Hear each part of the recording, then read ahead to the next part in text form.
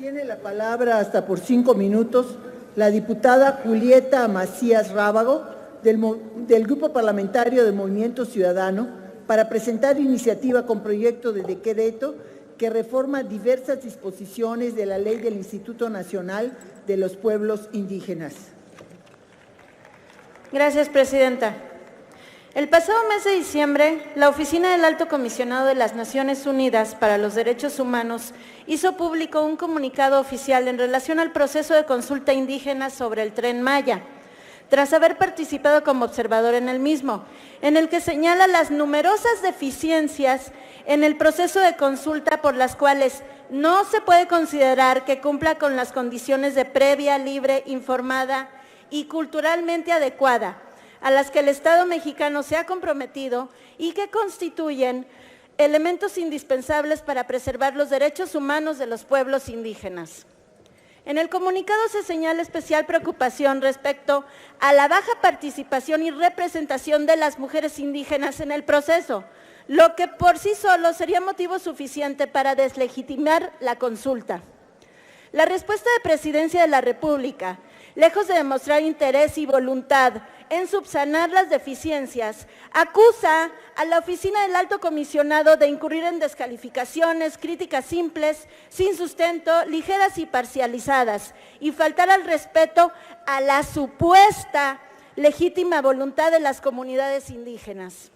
Resulta en extremo lamentable que la postura oficial del gobierno mexicano ante las recomendaciones de un organismo dedicado a la protección de los derechos humanos sean acusaciones de parcialidad y falta de sustento, en especial cuando lo que está en riesgo son los derechos de los pueblos y comunidades indígenas.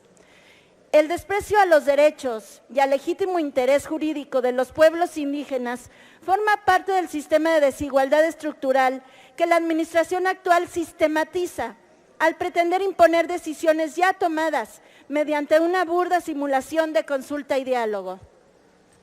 Existen numerosos ejemplos de megaproyectos en los que se ha mostrado el mismo desprecio a los derechos de las comunidades por parte de las autoridades federales, entre los que podemos mencionar el Acueducto Independencia en el Valle Yaqui de Sonora,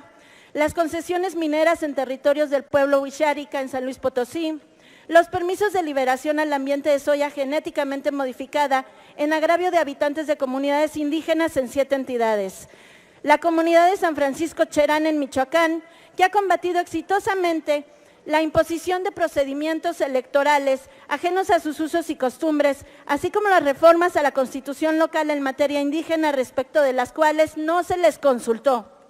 Y por supuesto, el Parque Eólico en Juchitán, Oaxaca, que fue inaugurado con bombo y platillo por la Secretaría de Energía en mayo del año pasado, pero no ha traído ningún beneficio a los juchitecos. Estas circunstancias ya fueron abordadas desde 2016 por una Comisión Nacional de los Derechos Humanos, entonces autónoma, al emitir su recomendación en la que se recomienda al Ejecutivo Federal a presentar una iniciativa sobre el derecho a la consulta previa, libre e informada de los pueblos y comunidades indígenas y a los congresos federal y estatales a estudiar las iniciativas presentadas desde el Ejecutivo, así como a contemplar la legislación específica en la materia.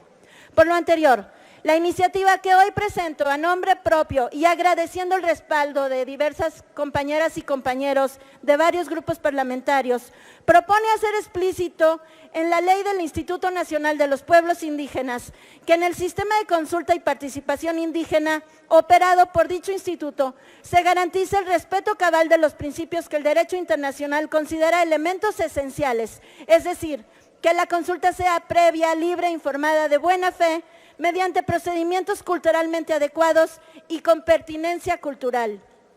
Ello como un primer paso para contar con un marco jurídico que efectivamente garantice el respeto al derecho de los pueblos indígenas al consentimiento libre, previo e informado.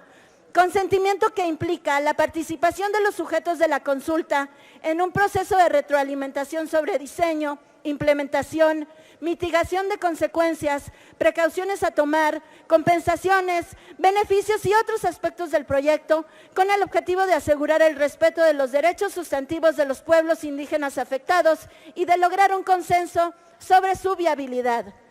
No se trata, pues, de un mero trámite ni una formalidad que se pueda subsanar con simulaciones, sino de un reconocimiento auténtico al derecho y a la capacidad de autodeterminación de los pueblos indígenas, así como del respeto a su cultura, territorio, lengua, usos y costumbres. Es cuanto, Presidenta.